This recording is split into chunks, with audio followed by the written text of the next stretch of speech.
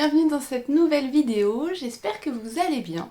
Je m'appelle Coraline et vous pouvez me retrouver sur les différents réseaux sociaux sous le pseudo de Malorae, principalement sur Instagram, sur Ravelry et aussi sur mon site maloraedesigns.com où vous pouvez retrouver mes patrons de tricot et les accessoires tricot que je crée. Je suis ravie de vous retrouver aujourd'hui avec ma chaise qui grince pour une nouvelle vidéo. C'est une vidéo de présentation puisque je viens tout juste de publier le gilet Céanote. Donc Céanote, c'est un petit gilet qui va être parfait à porter pour la mi-saison parce qu'il est tricoté en fingering. Alors pour ma part c'est plutôt de la light fingering que j'ai utilisé. Mais bon, suivant le numéro d'aiguille que vous utilisez, avec de la fingering, ça le fait sans problème.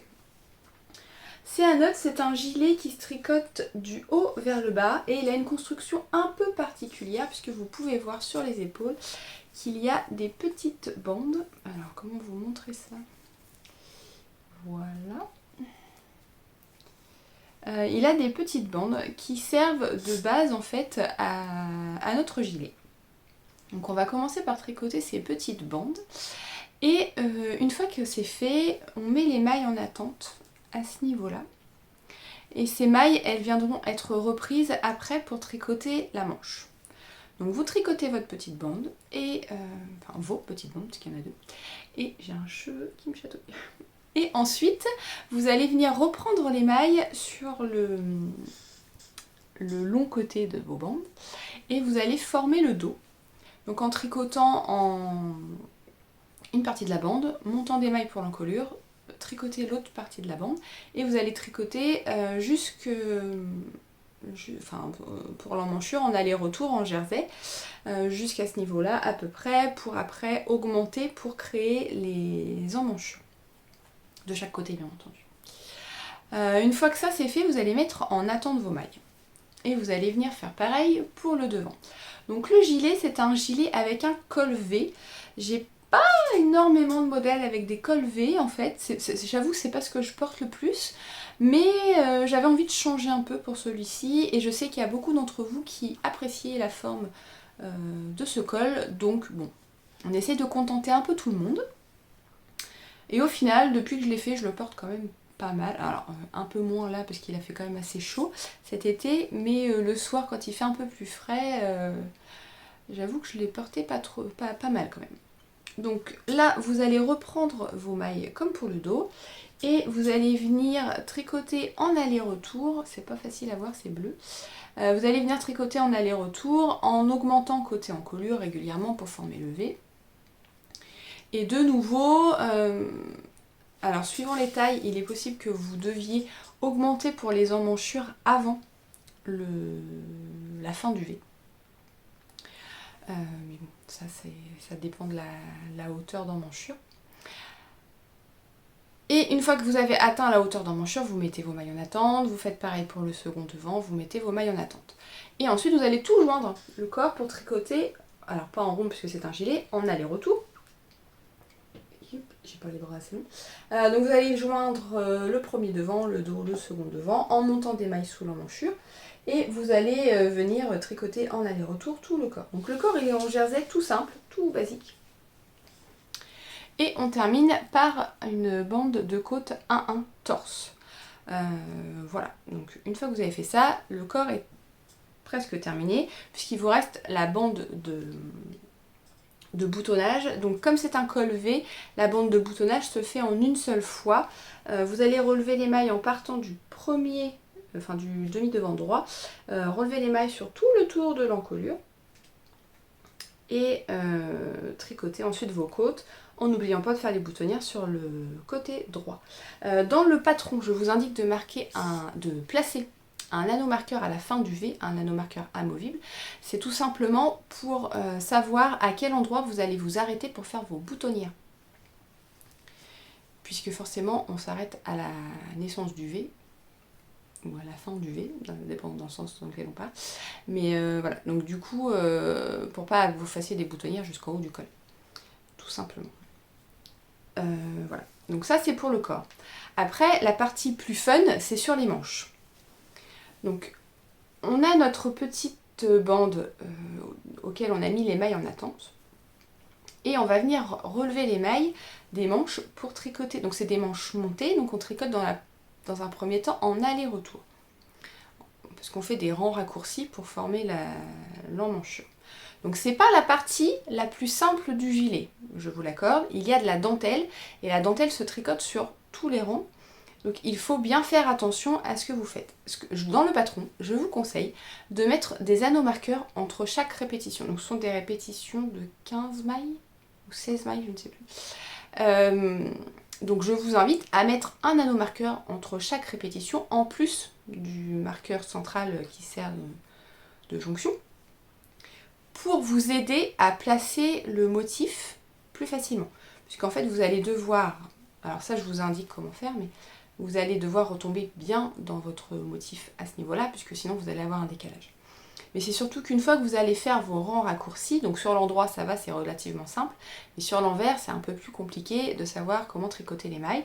Donc je vous indique bien de mettre un marqueur, puisqu'une fois que vous avez votre marqueur, vous n'avez plus qu'à compter le nombre de mailles que vous avez au niveau du marqueur pour savoir, en comptant sur le diagramme, à quelle maille vous êtes.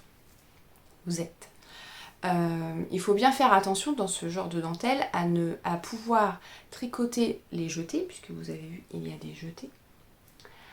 Mais ils sont compensés par des diminutions, ces jetés. Donc il faut bien faire attention à pouvoir tricoter la diminution si vous faites le jeté, puisque si vous n'avez pas de diminution pour compenser le jeté, vous allez avoir plus de mailles. Donc au fur et à mesure, vous allez avoir trop de mailles pour la manche. Donc c'est la partie un peu technique de ce gilet. Si vous n'avez jamais tricoté de dentelle, je ne vous recommande pas de commencer par ce patron. Il faut vraiment être très attentif à ce que vous faites au début. Une fois que vous avez passé les rangs raccourcis, tout roule, puisque là on tricote en rond uniquement sur l'endroit. Donc forcément ça va être beaucoup plus facile. Donc le motif il est composé de mailles torse, donc de côte torse, de jetés de mailles ensemble et de noppes. J'ai des testeuses qui n'ont pas fait les noppes, c'est tout à fait possible de ne pas les faire et ça rend aussi très bien. Voilà. Donc le motif est très simple, ce sont des manches ballons puisque je ne voulais pas intégrer de diminution dans la manche pour ne pas casser le motif justement.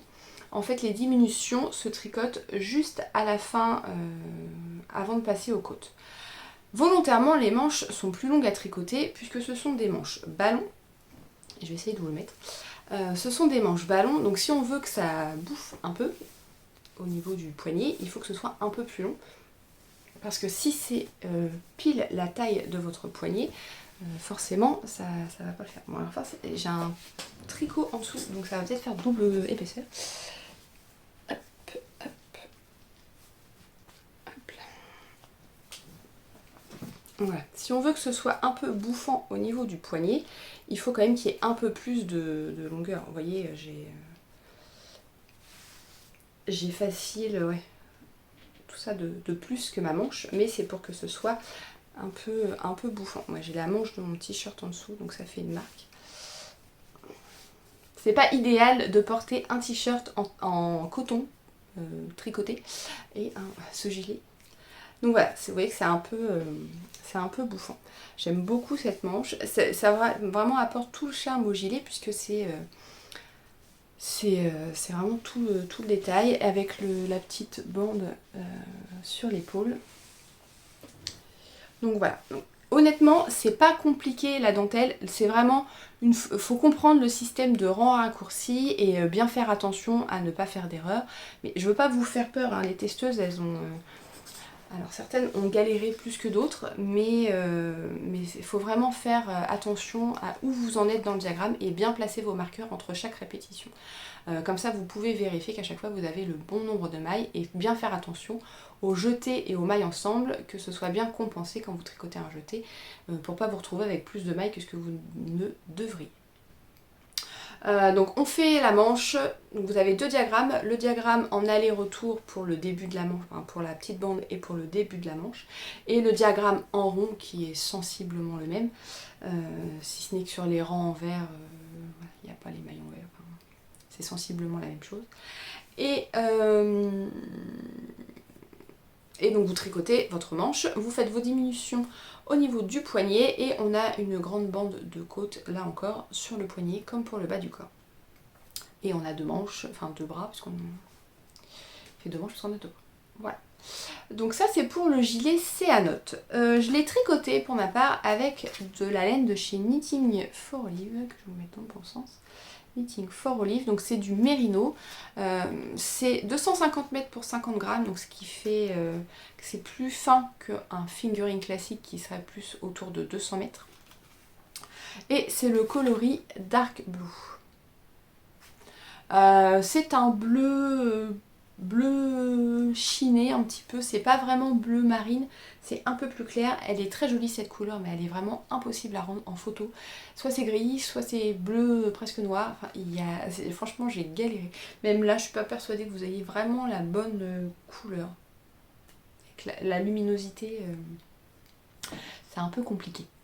Donc c'est une laine que j'aime beaucoup, elle est très agréable à tricoter. J'avais déjà tricoté pour mon t-shirt Fumaria cet été, qui est sorti cet été en rose. Et au niveau prix elle est plutôt abordable. J'ai utilisé 6 ou 7, je ne sais plus, pelotes de mérino. Donc le gilet en lui-même ne consomme pas trop de laine, j'ai envie de dire, c'est plutôt les manches, surtout si vous faites les nopes. Je vais l'enlever, sans me déshabiller complètement. Les nopes ça utilise un peu plus de laine forcément, et le fait que ce soit des manches ballon, fatalement on utilise plus de fil aussi. Voilà. Donc voilà pour ce petit gilet. Donc il est disponible sur mon site maloreilledesigns.com et sur Ravelry. Vous avez 15% de réduction avec le code Céanote, je vous marque tout en dessous, jusqu'à lundi. Voilà. Je vous le remonte une dernière fois.